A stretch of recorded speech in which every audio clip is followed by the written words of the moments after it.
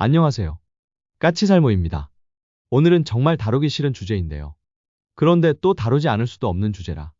정말 억지로 다루는 주제입니다. 제가 이 주제를 다루기 싫은 이유는 어차피 이걸 다룬다고 해도 여러분에게 좋은 소리를 들을 수가 없기 때문이고요.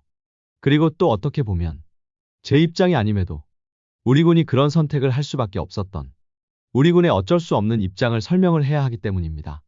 그래서 정말 다루기 싫은 주제인데요.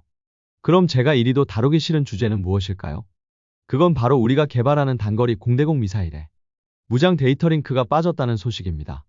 우선 이 이야기를 하기에 앞서서 다른 이야기를 몇 가지 하고 넘어갈까 하는데요. 가장 먼저 이야기할 문제는 바로 우리 윤영하급의 개량 사업에서 기만측의 선정 사업에서 우리나라의 중소기업 제품이 탈락을 했다고 합니다. 이번 사업에는 독일의 MASS, 그리고 프랑스의 다게 시스템, 여기에 우리나라의 중소기업인 TS텍사에서 개발한 RBOC-NG라는 시스템이 경합을 벌이고 있었는데요.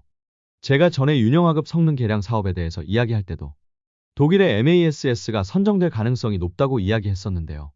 제 말대로 되었습니다. 그래서 지금 국산을 탈락시켰다고 이야기가 나오고 있습니다. MASS는 국산화율이 20%에 불과하고 그나마 프랑스의 다게는 우리나라에서 운용한 지 오래되어서 국산화율이 80% 이르고 그리고 나머지 하나는 우리나라의 중소기업 제품인데요. 그런데 결론은 가장 국산화율이 낮은 제품이 선정이 된 것입니다. 그래서 말이 많은데요. 그런데 이건 당연하다고 생각을 합니다. MASS는 이미 우리나라의 검독 수리급을 포함해서 우리나라가 최근에 건조한 수상함에 전부 탑재되어 있고 그리고 프랑스의 다게보다 성능이 우수해서 선정된 제품입니다. 그래서 비록 국산화율이 낮음에도 이 제품이 윤영하급에 선정될 수밖에는 없었습니다. 당연한 게 우선 MASS가 가장 성능이 우수하고 검독 수리 등과의 부품이나 교란탄 호환성 등의 문제도 있으니까요. 만일 우리가 국산이라는 이유로 우리의 중소기업 제품을 선정을 했다면 우리 해군에서 윤영하급만 이 장비를 탑재하는 것이기 때문에 보급 등에서 문제가 생길 수밖에는 없습니다. 그래서 이건 어떻게 보면 당연하다고 할 수 있는데요. 그래도 국산이 있는데도 독일 제품을 선정했다고 해서 뒷말이 많이 나오네요. 그리고 키르기스스탄에서 수리온 헬기 2대를 도입하기로 했다고 하고요. 그리고 또 웃기는 이야기지만 제가 전에 몇 번 이야기해서 여러분도 알겠지만요. 지금 우리나라는 천공3 개발 사업을 진행 중이고 천공3의 각 구성품의 개발 사업자를 선정하는 과정 중에 있고 각 핵심 파트, 그러니까 교전 시스템과 다기능 레이더 등을 서로 상대 업체가 차지하기 위해서 노력 중이라는 소식을 전했는데요. 예를 들자면 다기능 레이더는 원래는 한화에서 하던 건데 LIG도 다기능 레이더를 개발하기 위한 사업에 참여를 한다던가 교전 시스템은 원래 LIG가 하던 건데 한화가 교전 시스템 사업에 참여한다던가 하고 있다고 이야기했었는데요. 뭐 그러나 저도 그때 예상을 했고 여러분도 다들 예상을 했듯 교전 시스템은 기존부터 개발하고 있던 LIG가 하게 될 것이고 다기능 레이더도 당연히 원래 개발하고 있던 한화가 하게 될 거라고 이야기했었는데요. 그런데 여러분이나 제가 예상했던 대로 될 모양입니다. 역시 이번에도 천공3 사업은 별로 이변이 없이 교전 시스템은 LIG가 그리고 다기능 레이더는 한화가 하게 되는 것으로 거의 확정이 된 모양입니다. 여러분도 이번에 이라크에 대한 천공 수출 때문에 양쪽 회사들이 천공3는 핵심 구성품을 전부 자신들이 가지고 가서 각자가 천공3를 단독으로 제작하기를 원했지만 방사청이 그걸 허락할 리가 없으니까요. 한 회사가 사업을 독점하는 걸 방사청이 허락할 리가 없기 때문에 이번에도 LIG와 한화가 천공3를 나누어서 개발하게 될 것으로 보입니다. 솔직히 천공3의 구성품을 어느 업체가 개발할지 정해지는 건 앞으로도 몇 달이 더 있어야 합니다. 최종 발표는 10월 달에 있다고 합니다. 그러나 발표는 나지 않았지만 평가는 사실상 마무리되었고 평가 결과 결론은 천공3도 천공2를 개발했던 각 개발업체들이 그대로 선정되게 되었다고 합니다. 그리고 이번에 천공2 2차 사업의 초도 배치를 성공적으로 완료했다고 하네요. 그런데 분명 제가 작년에 이미 우리 천공2의 배치가 완료되었다고 했는데 그럼 이번 2차 사업은 무엇이냐라고 할 수 있는데요. 이번 사업은 기존에 우리가 보유한 천공원을 개량하는 사업입니다. 우선 우리나라의 대공미사일 배치 현황을 보면은요. 우리 공군은 패트리어트 포대를 8개를 배치했고 작년에 우리는 천공2 7개 포대를 배치를 완료해서 1차적인 탄도미사일 방어막 배치를 완료했습니다. 현재 우리의 탄도미사일 방어막은 패트리어트와 천공2가 중첩 배치되어서 패트리어트가 휴식 및 정비 문제로 가동을 정지하면 그 지역은 천공2가 방어하는 등의 형식으로 운용 중인데요. 그런데 이 포대들은 전부 주로 강원도나 수도권 위주로 배치되어 있는 포대들입니다. 그리고 우리는 이 포대들과 상관없이 우리나라 전국토에 천공원 포대 24개를 배치하고 있고 주한미군의 패트리어트 포대 6개도 수도권 이남에 배치되어 있고 경북에는 사드가 배치되어 있는데요. 문제는 수도권 이남에는 탄도미사일 요격 시스템으로 주한미군의 장비들만 배치되어 있다는 점입니다. 그래서 비수도권에 배치되어 있는 천궁원을 개량하는 사업을 시작했고 이번에 그중에 대략 절반의 포대가 1차 사업으로 개량을 마무리했다고 합니다. 2차 사업은 2027년까지 하게 되고 2차 사업이 마무리되면 우리의 천궁원 포대 24개가 전부 개량되어서 수도권 이남 지역에 대한 탄도미사일 방어도 중첩방어가 가능해지게 되는 것입니다. 그럼 기존 천궁원 미사일은 전부 버리는 것이냐라고 했을 때 그건 아니고요. 기존에 우리가 보유하고 있던 천궁원 포대는 원래 계획될 때는 미사일 발사 차량이 포대당 6대가 배치되기로 했었는데요. 예산상의 문제로 미사일 발사 차량이 4대만 배치되었습니다. 그래서 아마 레이더와 교전 시스템을 개량하고 여기에 천궁2 발사 차량 2대 정도를 추가해준 게 아닌가 하고 추정을 합니다. 그래서 현재 우리나라의 방공망은 천궁원 대략 12개 포대, 그리고 천궁원에서 개량된 천궁2 포대 대략 12개 포대와 천궁2 7개 포대, 우리 한국군의 패트리어트 8개 포대, 주한미군의 패트리어트 6개 포대, 여기에 경북의 사드 1개 포대가 우리의 방어막이라고 할 수 있습니다. 그리고 2027년이 되면 나머지 천궁원 12개 포대도 전부 천궁2로 개량되는 것이고요. 이리 되면 우리나라는 전국토가 탄도미사일 공격에 대해서 중첩방어가 가능해지는 것입니다. 어떤가요? 이 정도 수량이면 충분하다고 보세요. 저는 이것도 부족하다고 봅니다만. 그럼 이 이야기는 여기까지 하고 다시 단거리 공대공 미사일 이야기로 넘어와서 이번 달인 7월 10일경에 제5회 항공유도무기 항공전자 발전 세미나가 개최되었는데요. 이 자리에서 LIG는 단거리 공대공 미사일 탐색기를 최초로 공개하기도 했습니다. 현재 우리나라는 KF-21을 위한 단거리 공대공 미사일을 개발 중입니다. 방위사업청은 2023년 12월에 열린 제158회 방위사업추진위원회에서 단거리 공대공 유도탄 2 사업의 사업추진 기본전략안을 심의 의결했고요. 그에 따라서 지금 LIG가 단거리 공대공 미사일을 개발하고 있습니다. 그런데 문제는 지금 우리가 개발하는 단거리 공대공 미사일에 무장 데이터 링크가 빠져 있다고 합니다. 그럼 이게 무슨 의미일까요? 기본적으로 현대의 단거리 공대공 미사일이 어떤 무장인지부터 이해를 해야 하는데요. 기존까지 단거리 공대공 미사일들은 적외선 시커로 목표를 낙원하고 발사를 하는 방식의 미사일이었습니다. 그래서 최대 사거리가 잘해야 7km에서 8km 정도에 그쳤고요. 그나마도 이 정도 사거리가 나오려면 엄청난 적외선을 방출하는 적 전투기의 후미를 조준했을 때나 이 정도가 나오고요. 만일 상대적으로 적외선 방출량이 작은 적 전투기의 전방을 조준하게 되면 사거리는 대폭 줄어듭니다. 그래서 이런 단거리 공대공 미사일의 단점을 극복하기 위해서 등장한 게 바로 발사 후 낙원 기능입니다. 발사 후 낙원 기능이란 말 그대로 목표를 낙원하지 않고 우선 미사일을 발사를 하고 미사일이 목표 근처에 도달을 하게 되면 그때 낙원을 하게 되는 방식인데요. 그래서 바로 단거리 공대공 미사일들은 이 방식이 나오면서부터 사거리가 대폭 증가하게 됩니다. 요즘 단거리 공대공 미사일들의 사거리는 20km가 넘는데요. 이게 가능했던 이유가 바로 이 발사 후 낙원 기능 때문입니다. 그럼 요즘 단거리 공대공 미사일들은 어떻게 발사가 되느냐라고 했을 때 우선 레이더로 목표를 포착하게 되면 전투기의 임무 컴퓨터는 적의 속도와 비행 방향 등을 감안해서 목표의 미래 위치를 산출하게 되고 바로 적의 미래 위치로 미사일을 발사하게 됩니다.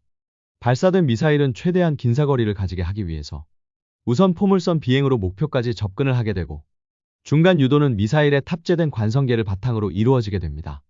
그래서 목표까지 접근한 미사일은 적외선 시커를 활용해서 목표를 낙원하게 되고 목표에 명중하게 되는 것입니다. 바로 이런 방식을 활용해서 기존에는 최대 사거리가 7에서 8km에 그쳤던 단거리 공대공 미사일의 사거리가 20km 이상으로 증가하게 되었습니다. 그러나 문제는 만일 목표가 예상했던 미래 위치에 없을 때가 문제가 됩니다. 한마디로 말해서 목표가 급격한 기동을 해서 원래 우리가 예상했던 미래 위치에 없을 때는 어떻게 되냐는 것입니다. 당연히 적외선 시커의 탐지 범위 안에서 기동을 하게 되면 적외선 시커가 낙원을 할 수 있겠지만 적외선 시커의 탐지 범위 밖으로 벗어나면 당연히 단거리 공대공 미사일은 목표를 놓치게 됩니다.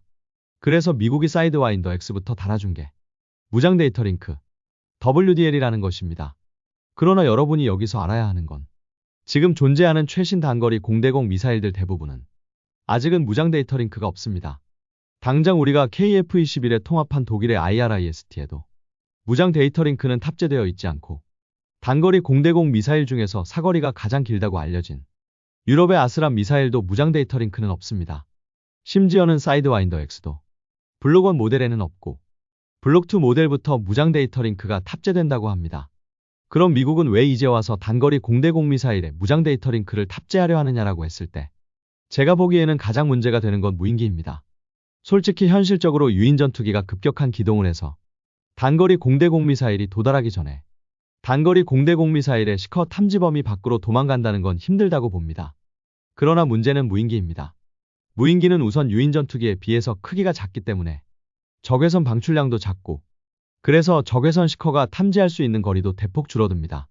그런데 여기에 더해서 무인기는 사람이 탑승하지 않기 때문에 더 급격한 기동을 할 수 있어서 손쉽게 적외선 시커의 탐지거리 밖으로 도망을 갈 수 있습니다.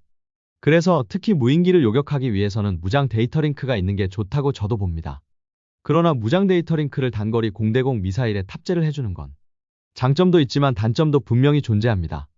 그럼 단점이란 무엇이냐라고 했을 때 우선 가장 문제가 되는 건 전투기와의 통합 문제라고 생각을 합니다. 전투기의 공대공 미사일에 사용되는 데이터 링크는 기본적으로 전투기에 탑재된 레이더를 사용합니다. 왜냐하면 레이더는 전투기에 탑재된 전파원 중에서 가장 강력한 전파를 발생시키는 장치입니다. 그렇기 때문에 레이더 전파는 전투기에서 발생하는 전파원 중에서 가장 교란하기가 힘들기 때문입니다. 그래서 바로 전투기들은 공대공 미사일의 데이터 링크로 레이더를 사용합니다. 그러나 문제는 그래서 공대공 미사일들이 데이터 링크를 사용하기 위해서는 바로 레이더와 통합 작업을 해야 합니다. 그런데 그게 결코 쉽지가 않습니다. 당장 이게 얼마나 힘드냐면 이스라엘의 중거리 공대공 미사일인 더비 미사일은 미국산 전투기와의 데이터 링크 통합이 힘들자 아예 중거리 공대공 미사일임에도 데이터 링크를 빼버렸습니다. 그래서 사거리도 중거리 미사일 치고는 짧고 심지어는 그래서 이스라엘 공군도 채택을 하지 않았죠. 그래서 어쩔 수 없이 지금은 아이더비라고 데이터 링크가 탑재된 공대공 미사일을 선보였지만 역시 이 경우는 전투기의 통합 작업이 훨씬 복잡해집니다. 그리고 또 한 가지 예로는 일본 같은 경우는 자신들이 보유한 미국산 전투기인 F-15J에 자국의 중거리 공대공 미사일인 AAM-4를 통합했는데요. 문제는 일본도 미국산 레이더에 미사일을 통합하는 게 힘드니까 레이더와 별도로 데이터 링크 안테나를 F-15J에 달아서 AAM-4를 통합했습니다. 그런데 AAM-4는 바로 이게 약점이라고 사람들은 이야기합니다. 별도의 데이터 링크는 레이더에 비해서는 출력이 낮기 때문에 레이더에 비해서는 훨씬 교란하기가 쉽기 때문입니다. 그래서 AAM-4를 교란하는 건 상대적으로 쉽다는 이야기입니다. 그래서 데이터 링크를 공대공 미사일에 탑재하는 건 전투기와의 통합을 엄청나게 힘들게 만들어버립니다. 당장 우리나라는 단거리 공대공 미사일을 개발해서 우리의 KF-21은 물론 우리 군이 보유한 KF-16과 F-15K에도 탑재를 한다고 합니다. 그리고 우리의 미사일을 미국산 전투기에 탑재하는 방법은 미국산 전투기에 미국산 임무 컴퓨터가 우리의 공대공 미사일을 사이드와인더라고 인식하게 하는 방법으로 통합을 한다고 하는데요. 당연히 우리의 단거리 공대공 미사일에 데이터 링크가 탑재되면 KF-16이나 F-15K에 우리의 공대공 미사일을 통합하는 작업은 훨씬 힘들어질 것입니다. 아마 제 생각으로는 데이터 링크는 통합을 하지 못할 것입니다. 결론은 우리의 단거리 공대공 미사일에 데이터 링크가 탑재되어도 KF-16이나 F-15K에서는 사용을 하지 못할 거라는 이야기입니다. 그리고 또 한 가지 크게 문제가 되는 건 바로 해외에 수출한 FA-50 전투기들이 문제가 될 것입니다. 이게 왜 문제가 되느냐라고 했을 때 현재 우리가 수출하는 FA-50들에는 임무 컴퓨터와 레이더가 전부 수입산이 탑재됩니다. 물론 우리나라 공군은 앞으로 개량을 통해서 우리나라 군대가 보유한 FA-50에는 국산 임무 컴퓨터와 국산 레이더를 탑재해 줄 것입니다. 그런데 문제는 지금 우리가 수출하는 FA-50들에는 여전히 미국산 레이더와 미국산 임무 컴퓨터가 탑재되어 있습니다. 당장 폴란드와 말레이시아가 미국의 팬텀 스트라이크 레이더와 미국산 임무 컴퓨터를 선택을 했고요. 최근에 나온 소식에 따르면 필리핀 공군도 추가 도입하는 12대의 FA-50의 팬텀 스트라이크 레이더와 미국산 임무 컴퓨터를 선택을 했다고 합니다. 그래서 만일 우리가 이미 수출한 FA-50에 우리의 단거리 공대공 미사일을 탑재하게 해주려면 결론은 미국 업체들에게 단거리 공대공 미사일의 통합을 의뢰해야 합니다. 그런데 문제는 이리 되면 미국 업체들은 아주 어마어마한 수천억에 달하는 통합 비용을 요구해올 것이라는 점입니다. 그럼 이 돈을 누가 낼까요? 당연히 우리 정부가 낼 수는 없습니다. 우리 공군이 보유한 FA-50의 개량 사업 때는 미국산 레이더와 임무 컴퓨터를 탑재할 생각이 없기 때문에 우리 정부가 통합 비용을 내는 건 불가능합니다. 그럼 우리 FA50을 도입한 해외 국가가 이 비용을 낼까요? 당연히 낼 리가 없습니다. 이미 FA50에는 다른 단거리 공대공 미사일들이 통합되어 있는데 수천억의 추가 비용을 내고 우리의 단거리 공대공 미사일을 도입할 나라는 없다고 보면 됩니다. 그럼 우리 업체에서 통합 비용을 낼까요? 아니 일개 업체에서 그 비용이 감당이 되겠습니까? 불가능한 이야기입니다. 그래서 만일 데이터링크가 없다면 우리가 KF-16 등에서 하려고 하는 것처럼 우리의 단거리 공대공 미사일을 미국의 사이드와인더처럼 인식하게 하는 방법을 해외에 수출한 FA-50에도 사용할 수 있다고 생각을 하고 그럼 해외 업체가 아닌 우리 업체가 상대적으로 저렴한 비용으로 FA-50에 우리의 단거리 공대공 미사일을 통합하는 게 가능할 거라고 생각을 합니다. 그리고 또 한 가지 우리가 개발한 단거리 공대공 미사일의 적외선 시커는 지금까지 등장한 일반적인 단거리 공대공 미사일들보다 그 해상도가 2배에서 3배 정도 높습니다. 기본적으로 사이드와인더 X도 128곱하기128 해상도의 시커를 사용하고 독일의 IRIS-T도 똑같은 해상도를 사용하고 심지어는 아스람도 똑같은 해상도의 시커를 사용합니다. 그에 반해서 우리의 적외선 미사일은 이 미사일들의 시커에 비해서 2~3배는 더 해상도가 높은 시커를 사용하고 당연하지만 그래서 시커의 탐지 범위도 기존 미사일들에 비해서 더 길 것입니다. 그래서 데이터링크가 없다고 해도 기존 다른 나라의 적외선 단거리 공대공 미사일들보다는 적기가 회피하는 건 더 힘들 거라고 봅니다. 그래서 바로 이런 점 때문에 데이터링크를 빼버린 게 아닌가 하는 생각을 하는데요. 그러나 이 이야기는 어떻게 보면 제 생각이 아니라 우리 방사청을 제가 대신해서 변명을 해준 것에 불과하고요. 당연히 저도 데이터링크는 필요하다고 봅니다. 당장 독일도 IRIS-T 단거리 공대공 미사일에 개량 버전인 블록2부터는 데이터링크를 탑재한다고 하고요. 심지어는 우리도 이미 단거리 공대공 미사일용 데이터링크를 개발하고 있습니다. 지금 LIG가 국방과학연구소에 주관하에 사업을 수주해서 개발하고 있는 사업이 단거리 공대공 유도탄 무장 데이터링크 및 탐색기 설계 기술이라는 사업입니다. 그리고 심지어는 이 사업은 내년인 2026년 7월에 완료가 됩니다. 그래서 이미 우리는 단거리 공대공 미사일용 무장 데이터링크를 이미 개발하고 있고 내년이면 1차적으로 개발도 끝납니다. 그럼에도 우리 군은 우리의 단거리 공대공 미사일에 데이터링크를 빼버렸고 물론 우리 방사청 관계자의 말에 따르면 기술 성숙도에 따라서 고려한 것이라고 하고 추후에 개량이 가능하게끔 개발된다고 함으로써 나중에 개량형에는 데이터링크가 들어갈 수 있음을 이야기하기는 합니다. 한마디로 말해서 최대한 기술 위험도를 줄여서 우선 공대공 미사일의 개발 일정을 지키려고 하는 것으로 보이고요. 다만 여기서 또 문제가 되는 건 지금 우리가 개발하는 단거리 공대공 미사일은 독일의 IRIS-T를 모든 면에서 그대로 모방을 하고 있고 그래서 여기서 좀 추측을 하자면 제가 전에 이야기한 적이 있는데요. 바로 우리 단거리 공대공 미사일의 사거리 문제입니다. 독일의 IRIS-T는 사거리가 20km 정도에 불과한 것에 반해서 유럽의 미티어는 사거리가 30km가 넘어가는 것으로 알고 있는데요. 이런 차이가 발생하는 건 바로 미사일에 사용되는 로켓 엔진의 직경 때문입니다. 기본적으로 IRIS-T는 직경 5인치의 로켓 엔진을 그에 반해서 유럽의 미티어는 직경 6인치의 로켓 엔진을 사용해서 이런 사거리 차이가 발생을 하는 건데요. 결론은 그래서 우리의 단거리 공대공 미사일도 직경 5인치의 로켓 엔진을 탑재하고 그래서 사거리도 20km 정도에 그칠 것으로 보입니다. 물론 첫 술에 배부를 수 없다고 하지만 이미 단거리 공대공 미사일을 위해서 무장 데이터링크가 개발되고 있었기 때문에 우리의 단거리 공대공 미사일에 무장 데이터링크가 적용될 거라는 건 너무도 당연하다고 생각을 했는데요. 이게 빠진다는 게 정말 너무 아쉽다는 건 부인할 수 없는 사실입니다. 오늘은 제가 정말 다루기 싫었던 주제인데요. 정말 이 주제는 어떻게 다루어도 저는 결코 좋은 소리를 듣지 못할 것입니다. 그러나 그래도 어쩔 수 없이 다룬 것이고요. 분명히 말하지만 제가 데이터링크가 빠진 이유에 대해서 설명을 하기는 했지만 결코 저도 데이터링크를 뺀 게 옳다고는 생각을 하지 않는다는 점입니다. 특히 무인기에 대한 대응 능력을 높이기 위해서는 데이터링크가 꼭 필요하다고 저도 생각을 합니다. 어떤가요, 여러분? 여러분이 보기에는 우리의 단거리 공대공 미사일에 데이터링크를 빼도 된다고 보시나요? 아니면 빼서는 절대로 안 된다고 생각을 하시나요? 이상 영상 봐주셔서 감사합니다.